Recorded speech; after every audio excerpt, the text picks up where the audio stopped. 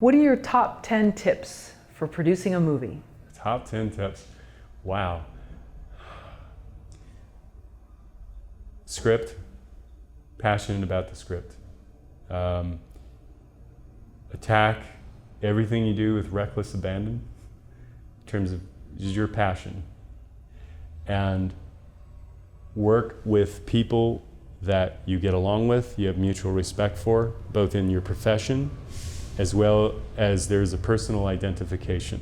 You don't have to agree with everything, Sure. but a shared principle about how to work, how you want to work.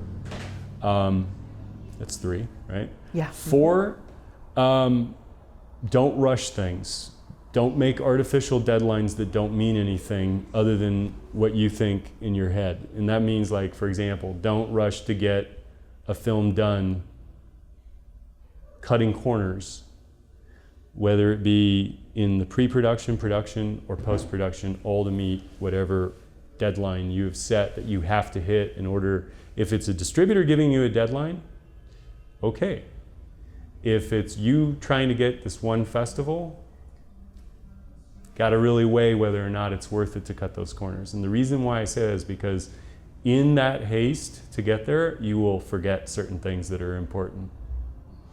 And it's not about just racing to the deadline, it's thinking your plan through very clearly. So ties into that fourth or fifth part, which is start from the end. Start from the very end and work your way back. Don't start here and go forward without knowing where you're going to end up and seeing what that place looks like at the very end when you arrive to the finished part of your film or the distribution of your film.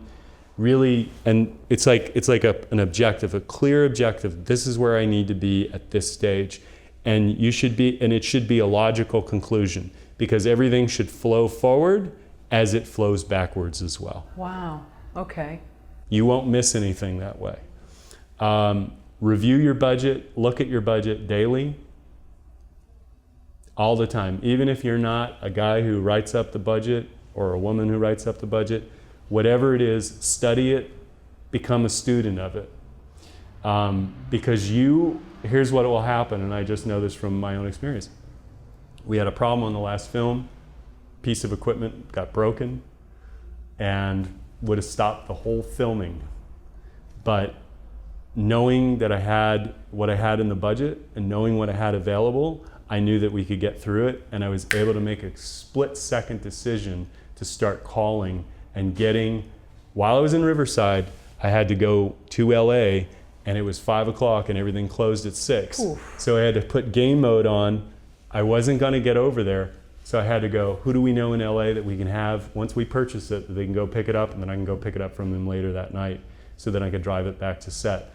But all of that I did under calm, when what had just unfolded in front of me could have been a potential disaster. But because I knew how much money I had, I knew what I needed to do, I knew where to start, and and within 30 minutes we had an answer and a solution, and it was done. Wow. So study the budget. It will benefit you in ways that you don't even know at the time.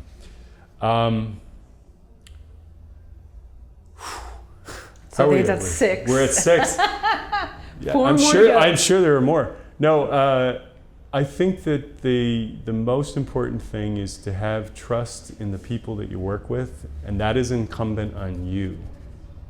In other words, you set the table, and everybody else that you invite to that table is going to be participating in it.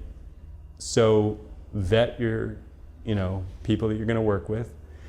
For the actors, and this is just when you were doing a micro budget, and you don't have lawyers and you don't have these big, like people to control the behavior of others. Don't necessarily go for the most talented if it's going to cause you a headache. If you know it's going to cause you a headache and you see red flags, I meet with all the talent one-on-one after the audition, after the callback, after the final callback. Some of them don't like that process, that's fine, but the fourth and final one is the meeting one-on-one, and I have to know where their motivations are, what kind of person they are, not as an actor, but as a person who's going to be a person on set that I'm going to be in close quarters with, that I'm going to be working with for hours long at a time. So just think, And if you don't find who you want, and it doesn't agree with you in here, keep looking. Keep looking till the very end. Go to every avenue that you can. I did this with our leads. We had tons of talented actors, and through the process, it whittled itself down, and the opportunity presented itself because I didn't give up. I didn't stop looking, and I found people that I just loved, and from their profession to their person, and I would work with them again in a heartbeat. Because if I have a role, I'll do it. They're just great human beings, and they're wonderfully talented. So we're at 7, 8, 9, and 10. I think we just have 2 more. 2 more. Yeah. Okay. Gosh.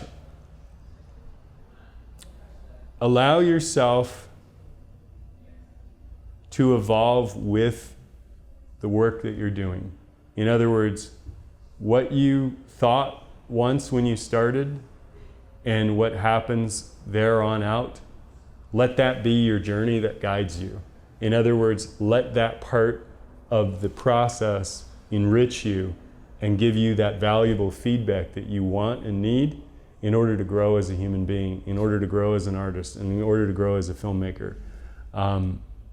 I can't say enough about this because I think it's often that we ignore these things, that we're human beings first, and that we have certain sensitivities and things that bother us and issues that come up, and we all are trying, if our goal and our focus is about the work and the relationship to it in both ourselves and the people that we're bringing to that table, you can achieve so much more. I personally believe this, just having the experience of doing it. You can achieve so much more. People will work that little extra harder that you always wanted them to do without asking, because you're leading by example, and you've brought people into that mix that have the same characteristic within themselves, as all of a sudden, oh, this person's like this person's like this oh, I'm among people like me. And then we're all doing the same thing, where you have a sound guy who's like carrying bags out of things that are not his and being there to help you. And it's just, this is what makes it worthwhile. It's not the struggle and all the hardships and everything else that you have to deal with. That's fine, but to overcome all of that and deal with it head on, make it come from within you, and let that idea and that inspiration and that passion flow, and have other people come into it who feel that passion in you and are inspired by it. It's like, this is why I got into filmmaking. I got into it for the art, and I'm hoping that art will give me an opportunity for more art, or bigger art, or greater art, or whatever it is. But that's probably the most important thing I can say, is that it's allow yourself to learn from the process, and don't be so dogged and fixated on a specific vision that it's not about being contrarian or throwing out what you believe, but let that belief system evolve. Let it grow deeper. Let it get richer. Let it enrich you and the people that you're working from. Because at the end of the day, at the end of all of this, when I am an old man, regardless of where I end up, I have all these beautiful memories of working with people and remembering those moments on set and how I felt. And that is like getting to relive your life a second time and enjoy it.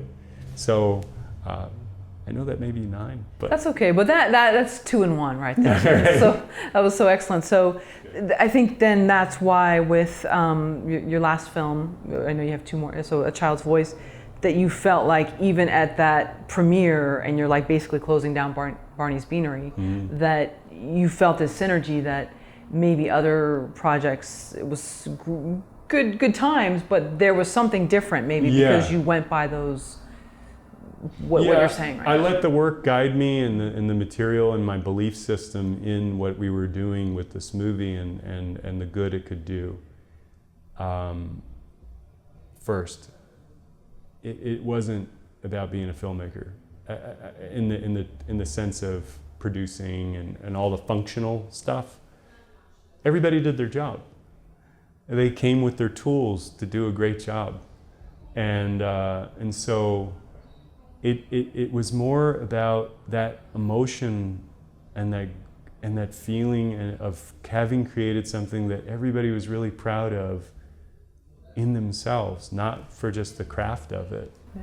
It was this, like, we did something. Oh my God, it affected people. Oh my God. And you know, grown women coming out and crying and holding on to our actors and saying, I didn't know that this existed and that this happened. And they don't know each other. I mean, she's coming up, but there was a strong reaction. I go, that is so valuable as a human to human thing, to connect with another human being that is, quote, not your own. And it spoke to a deeper thing about the movie, which in the child's voice is the calling of the child within us, and the answer to the child that is not you or yours, to say, I will protect you, I will help you, I will risk my life, because that in itself is our mammal part, the human part of us, that makes us different from a reptile.